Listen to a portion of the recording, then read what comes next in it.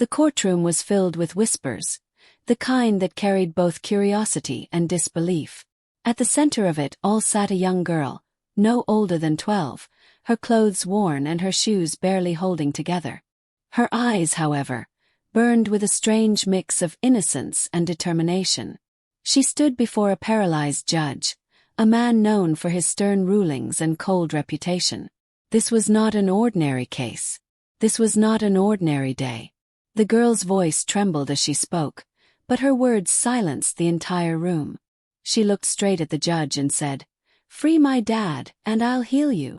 The people who had gathered in the courtroom burst into laughter.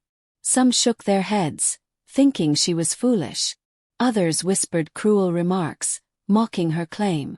How could a poor girl without wealth or education heal a man who even the finest doctors could not cure? The judge himself, confined to his wheelchair, raised an eyebrow at her words. For years, he had learned to live with the paralysis that had robbed him of his movement and pride. To him, her statement sounded like nothing more than the desperate plea of a child fighting for her father. But there was something about the way she stood there, unflinching despite the laughter, that unsettled the room. She did not back down. She did not run away. She held on to her truth as if it was more powerful than the ridicule surrounding her. And for the first time in years, the judge felt something stir inside him, an emotion he thought he had long buried. Her father was a man the town had judged too quickly. Accused of a crime he swore he did not commit. He sat behind bars, forgotten by most. To the world, he was just another poor man caught in a hopeless struggle. But to her, he was her hero, her protector, the only family she had left. She refused to let him rot away in a cell.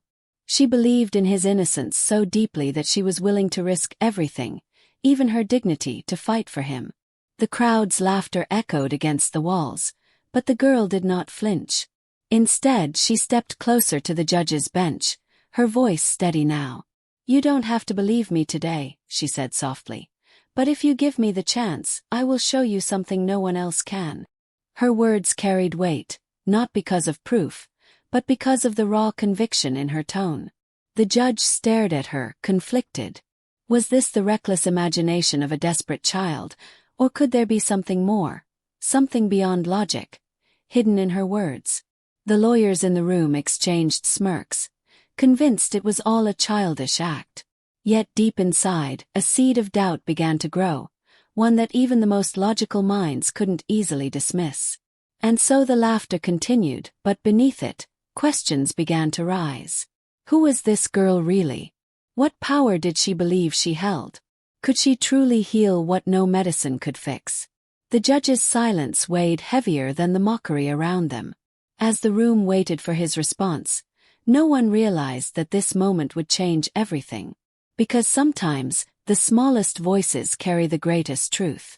And sometimes, the ones the world laughs at are the ones destined to rewrite the ending. But what happened next? No one could have imagined. The judge leaned back slightly in his chair, his fingers tightening around the wooden armrest of his wheelchair. His face was calm, but inside, questions swirled faster than he could silence them. He had heard countless pleas in his courtroom, seen tears, anger, and desperation from families begging for mercy.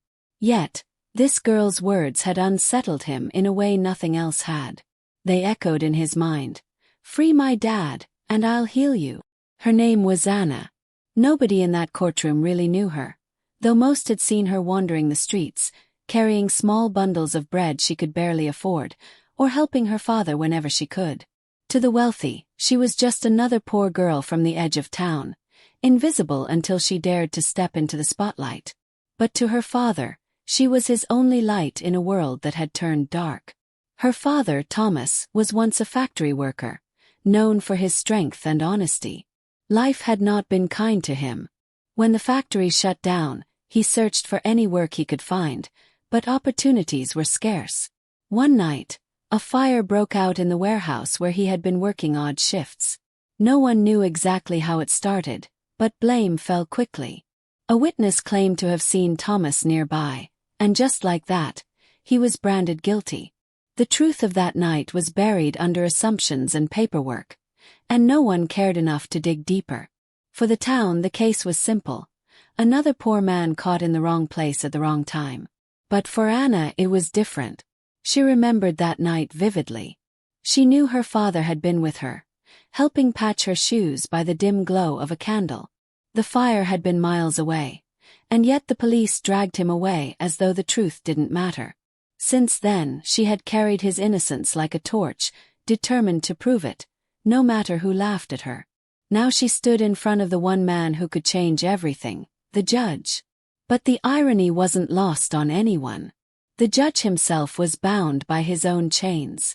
Years ago, an accident had left him paralyzed from the waist down, his body refusing to obey his will. The strongest doctors, the most advanced treatments, none had restored what was lost. He had long accepted his condition, even if it meant living with a bitterness that grew quietly inside him. And yet, here was Anna, a child with nothing, daring to claim she could give back what science could not. The lawyers scoffed, whispering that this was a waste of the court's time. The spectators leaned forward, waiting for the judge to dismiss her. But the judge did not speak. He simply stared at Anna, as if searching for a crack in her resolve, a sign that her words were nothing more than childish fantasy. But Anna did not falter. She clenched her fists at her sides, her voice breaking through the silence. "You don't believe me now. Understand. But if you give me just one chance, you'll see I'm not lying." There was no arrogance in her tone, no desperation that sounded rehearsed. Just truth. The room shifted uncomfortably. For the first time, doubt crept into the audience's laughter. What if, just what if, she wasn't wrong? The judge's lips parted, but he said nothing. His eyes moved from Anna to the courtroom door, then back to her again. Something about her presence lingered like a shadow he couldn't shake. And though no one dared to say it aloud, the thought was there, unspoken yet alive. Could this poor girl truly hold the key to two impossible things? Her father's freedom, and his own healing? The tension hung heavy in the air, waiting for the next move that would decide everything. The judge finally cleared his throat, his deep voice carrying across the room. "Child, do you know what you're saying?" His tone was steady, but inside he was unsettled. He had spent years being looked at with pity, his once commanding presence reduced to a man wheeled from place to place. He didn't entertain false hope anymore, and yet something in Anna's words gnawed at him. Anna nodded firmly, her chin lifting with quiet courage. "I know what I'm saying. I know you don't believe me. But I wouldn't stand here if I wasn't sure." Her words were not loud, but every ear caught them. The prosecutor laughed under his breath, shuffling papers on his desk. "Your Honor, this is nonsense. The girl is clearly desperate. She thinks a fairy tale bargain will undo evidence against her father. We shouldn't waste the court's time." His voice was sharp, cutting, and many in the audience nodded in agreement. But then, one of the older women sitting in the back spoke in a whisper loud enough for others to hear. "I've seen that child before. Strange things follow her. She's not like the rest." A murmur rippled through the benches, some brushing it off, others leaning in with curiosity. The defense attorney, a tired man who had long given up on saving Thomas, suddenly looked at Anna with new eyes. Could she be the turning point he had failed to find? Meanwhile, in his cell, Thomas sat on the cold bench, his thoughts heavy. He had begged Anna to stop coming to court, to stop fighting battles she couldn't win. He feared for her. The world was cruel to men like him, but it was far crueler to little girls who dared to speak out of turn. Still, she never listened. Her loyalty frightened him as much as it touched him. He knew the truth of his innocence, but proving it was another matter. Evidence was against him, and the people had already judged him guilty.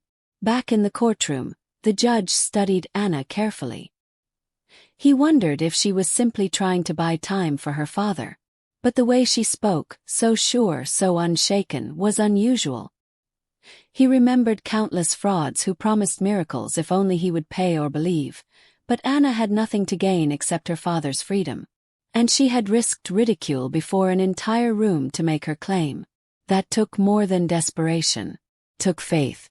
The tension grew heavier when the prosecutor smirked and leaned forward. "Tell us then, girl," he said mockingly. "How exactly will you heal a man science itself has given up on? Do you have magic in your pocket? Or perhaps prayers strong enough to move bones?" His words stung, drawing chuckles from some of the onlookers. Anna didn't answer right away. Instead, she looked at the judge, not the prosecutor. Her small hands trembled, but her eyes did not. "I don't need to explain it to you," she said quietly. "I just need one chance to prove it." Her defiance only fueled the prosecutor's scorn, but the judge raised his hand, silencing the room. His voice was measured, but those closest could hear the faintest crack in it. "If what you claim is true, then you are asking me to weigh not just a man's freedom, but my own fate." The courtroom fell into an uneasy hush. For the first time, it felt as though the walls themselves leaned closer to listen. No one dared move. Outside, the town buzzed with rumors. Some dismissed Anna as a foolish child clinging to impossible dreams. Others whispered that perhaps she carried a gift no one understood. The story spread beyond the courthouse walls, and soon people who had never cared about Thomas's case began to pay attention. But inside, the clock ticked on, and the judge's gaze never left Anna. The conflict was no longer just about guilt or innocence. It had become something deeper, something that challenged reason itself. Could faith outweigh evidence? Could a child's unshakable belief alter the course of two broken lives? The answer remained suspended in the air, fragile and dangerous, waiting for the moment when someone would dare to test it. The air in the courtroom grew heavier with each passing second, as though everyone was holding their breath, waiting for the judge's next words. Anna stood small and fragile against the tall wooden bench, yet there was something unshakable about her presence. The people watching could not decide if she was brave or foolish, but none could look away. The judge's eyes narrowed as he studied her, his hands tightening against the armrests of his wheelchair. His silence was louder than any gavel he had ever struck. Then, with a measured voice, he spoke. "You ask for something no one has dared to promise me in years. Do you understand the weight of that?" His question carried an edge of warning, yet his voice trembled just enough to reveal the storm brewing inside him. Anna nodded without hesitation. "I understand. And I'm not afraid." Her words stirred something in the room. Some of the spectators shifted uneasily, while others leaned forward, almost eager for her to fail. The prosecutor, with a smile sharp as glass, stepped closer. "Your Honor, if this child truly believes in her own claim, then let her show us. Right here. Right now." His voice was dripping with mockery, yet it lit a spark of expectation in the crowd. Murmurs spread like wildfire. People wanted to see if she would falter. The defense attorney rose suddenly, his face pale. "This is no place for games," he protested. "The girl is under pressure," forcing her to act on words spoken in desperation. But the judge cut him off with a raised hand. His gaze returned to Anna, steady and searching. "If you want me to believe you, child, I will give you the chance you ask for. But understand this. If you fail, not only will your father remain where he is, but you will bear the weight of this courtroom's judgment as well." The room erupted in gasps. For a moment, Anna's lips trembled, and her small hands gripped the edge of the bench. But she lifted her chin again and whispered, "I won't fail."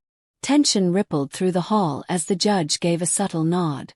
Guards moved to bring Thomas into the courtroom, his wrists bound in chains. When Anna saw him, her eyes filled with tears, but not of fear, of determination. Thomas shook his head from where he stood. "Anna, stop this. You don't know what you're doing." His voice cracked, torn between love and dread. But Anna didn't back away. She stepped closer to the judge, her presence so bold that the mocking smiles began to fade.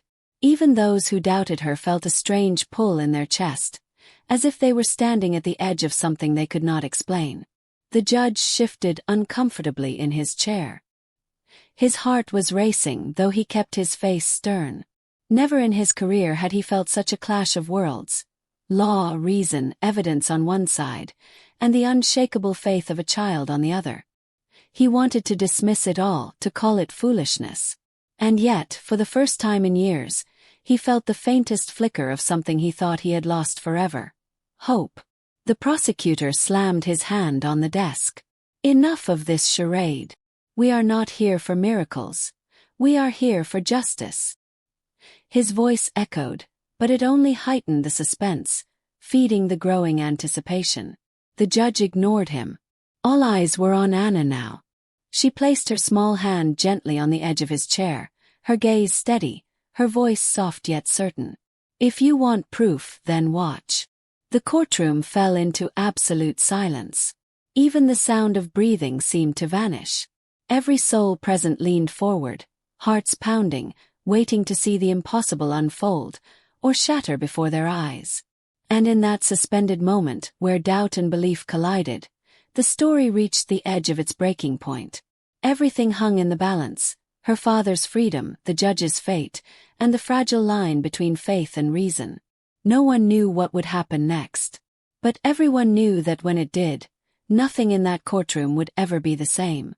Anna's hand hovered near the judge's chair, and the silence in the courtroom was so thick that even the creak of wood beneath someone's shifting weight felt deafening. Everyone waited for her to act, some expecting a miracle, others anticipating humiliation. But before anything could happen, the heavy doors of the courtroom swung open with a loud bang. A man in a dark suit walked in, his polished shoes striking the floor with confidence. His arrival pulled every gaze away from Anna.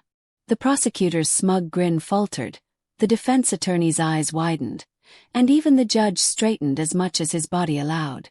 The man carried an air of authority, the kind that silenced rooms without a word. "Apologies for the interruption, Your Honor," he said smoothly, holding up a folder. "But this case cannot proceed as it stands. New evidence has come to light." The crowd erupted in confused murmurs. Anna froze, torn between relief and fear. What kind of evidence could suddenly appear now, in the middle of everything? The prosecutor snatched the folder eagerly, flipping through its contents. His expression shifted. First surprise, then discomfort. The defense attorney leaned in to look, and his face turned pale. This changes everything," he whispered under his breath. The judge's eyes narrowed. "Explain." The man in the suit adjusted his tie and spoke calmly, but his words hit the room like thunder. "The fire that night. It wasn't accidental. It was sabotage. And there are documents here linking the act to someone else entirely." Gasps filled the air. Anna's heart pounded in her chest. Could this mean her father was innocent after all? Her eyes darted toward Thomas, who stood shackled, bewildered, almost afraid to hope. But just as the room seemed ready to tip in her favor, the man added quietly, "However, these files also suggest that your father, Thomas, may have been framed deliberately because he saw something he wasn't supposed to." The weight of those words sent a shiver through the crowd. Suddenly, the case was no longer just about a warehouse fire or a poor man accused unjustly. It hinted at something larger, something dangerous that reached far beyond Thomas himself. The prosecutor slammed the folder shut, his face red with anger. "This is absurd. Convenient lies brought at the last minute to manipulate the court." But the judge raised his hand sharply. His voice cut through the noise. "Enough. This will be examined." Anna, still at his side, looked up at him, her heart racing. She knew this twist could either save her father or bury him deeper in a web no one understood. The laughter that once filled the courtroom was gone. Now it was replaced with unease, suspicion, and a strange fear. The judge's mind was racing as well. For years, he had ruled on cases bound by evidence and law. But now, between the girl's unexplainable claim and this sudden revelation, he felt as though he was no longer presiding over justice but standing at the edge of a much bigger truth. And just as the weight of this new conflict settled, the suited man leaned closer to the bench, lowering his voice so only the judge could hear. "Be careful, Your Honor. Some people don't want this case reopened. And they will do anything to keep it closed." The judge's face hardened. The stakes had shifted. What was once a simple case of guilt or innocence had now become a battle against forces hidden in shadows. And at the center of it all stood a poor girl with nothing to lose, and a promise that still hung in the air, one that had yet to be tested. The tension, already unbearable, had risen to a breaking point. Now it was no longer just about freedom or healing. It was about survival, truth, and the dangerous cost of uncovering secrets meant to stay buried. The judge sat in silence, his mind torn between reason and instinct. The folder lay open on his desk, its pages filled with evidence that cast everything in a new light. Anna's small hand was still resting on the edge of his chair, as if reminding him of the promise she had made. The courtroom buzzed with whispers, but beneath it all was a heavy sense that something irreversible was about to happen. The judge finally lifted his gavel. "Bring Thomas forward," he ordered, his voice firm. The guards hesitated, then led Anna's father to the front. Shackled, tired, but still carrying the dignity of an innocent man, Thomas looked at his daughter with eyes that held both fear and love. "Your Honor," the prosecutor began, his voice sharp, "this is highly irregular. We cannot." But the judge raised his hand. "Silence." His tone left no room for debate. He turned to Anna.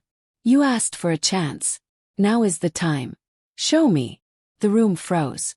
Anna stepped closer, her hand trembling as she gently touched the judge's arm. Her eyes closed, and for a moment, the entire courtroom seemed to hold its breath. There was no light, no sound of magic, nothing that could be explained away with tricks. Just a child's quiet focus. Her faith poured into the stillness of that moment. And then it happened. The judge's fingers twitched. Barely at first, but enough for him to feel it. His eyes widened. He tried again, and this time his hand moved. Clumsy, weak, but undeniably alive. Gasps filled the air. The man who had been paralyzed for years slowly lifted his hand off the chair. The courtroom erupted into chaos. Some cried out in disbelief. Others fell silent in shock. The prosecutor's face drained of color. The defense attorney clutched his head, unable to process what he was seeing. And Anna, tears streaming down her face, whispered, "I told you." The judge's hands shook as he gripped the arms of his chair. He was trembling not from weakness, but from the flood of emotion surging through him. For the first time in years, he could feel hope turning into reality. He slammed his gavel down, his voice breaking but resolute. "Thomas is free. Effective immediately." The guards unlocked the chains, and Thomas collapsed to his knees, wrapping Anna in his arms. The courtroom filled with noise, cheers, protests, disbelief, but none of it mattered to the little girl who had just saved her father. But just when the tension seemed to break, the man in the suit stepped forward again. His calm voice cut through the noise. "Your Honor, before you celebrate too quickly, there is something else." He placed another document on the desk. "The person who orchestrated the fire, and the one who ensured Thomas would take the blame, is closer to this courtroom than you realize." The judge frowned, flipping open the paper. His eyes scanned the name written there, and for the briefest moment, his face went pale. The crowd leaned forward, desperate to know, but he closed the folder with a sharp snap. "This truth," he said slowly, his voice heavy, "will shake more than just this case." His gaze swept over the room, settling on faces that suddenly looked uneasy. "And it will not end here." Anna clung tighter to her father, unaware of the storm still waiting to break. The judge, now moving his fingers as though proving to himself it wasn't a dream, knew the miracle was real. But so was the danger. The case was resolved in law, yet the true enemy still lurked in the shadows. And as the courtroom doors closed behind them, one truth became clear. The miracle that freed Thomas had only opened the door to a much darker secret, one that would change all of their lives forever. As the judge's gavel echoed for the final time, the courtroom began to empty, but the weight of what had happened lingered like a shadow no one could escape. Anna held tightly onto her father's hand, as if she feared someone might take him away again. For the first time in months, Thomas was free, though his freedom carried questions heavier than the chains that had once bound him. Outside the courthouse, people gathered, their whispers turning into loud conversations. Some called Anna a miracle worker. Others insisted it was all coincidence. But no one could deny what they had seen with their own eyes. The paralyzed judge moving for the first time in years. To those who had mocked her, the moment was a bitter reminder that sometimes truth hides where least expected. The judge himself left the courtroom in silence, refusing to answer questions from reporters or onlookers. Though his body was still weak, each step of his fingers, each small movement, carried proof that something unexplainable had occurred. In his chambers, he stared at his trembling hands, realizing that the girl's faith had done what medicine could not. But the folder lying on his desk, with the name of the true culprit, reminded him that miracles did not erase corruption. There were still powerful people who had orchestrated Thomas's downfall, and exposing them would take more courage than any case he had ruled before. For Anna, none of that mattered in the moment. She was simply grateful. She and her father walked through the courthouse doors together, sunlight warming their faces. Tears streamed down her cheeks as she whispered, "I told you I wouldn't give up." Thomas pulled her close, his voice breaking as he answered, "You saved me, Anna. You saved us both." The defense attorney, who had once doubted her, approached with a humbled expression. "I'll make sure your father's name is cleared in full," he promised. "What happened today is only the beginning. People will finally listen." And they did. In the days that followed, newspapers and radio stations buzzed with the story of the poor girl who had stood up to the system, demanding not only justice but also offering something greater, hope. The judge's recovery, slow but steady, became living proof of her words. Thomas's release sparked a deeper investigation into the fire, and whispers of corruption began to spread through the very offices that once closed their doors to the truth. Still, Anna remained the same. She did not boast of miracles or seek attention. She spent her days beside her father, helping him rebuild a life from nothing. For her, the real victory was simple. He was home and they were together. The world could call it a miracle or luck or faith, but she knew in her heart it was love that had given her the strength to stand when everyone else laughed.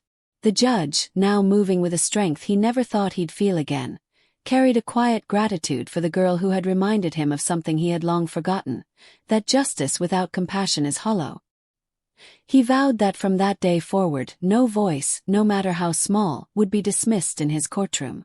And so, what began as laughter at a poor girl's plea ended as a story of redemption, courage, and the unshakable bond between a daughter and her father. The lesson was clear. Sometimes it takes the faith of a child to reveal the truth adults have stopped believing in. And sometimes, what seems impossible is only waiting for someone brave enough to try. With her father free and her promise kept, Anna walked away from the courthouse not as the poor girl everyone pitied, but as the child who proved that even the smallest voice can change everything.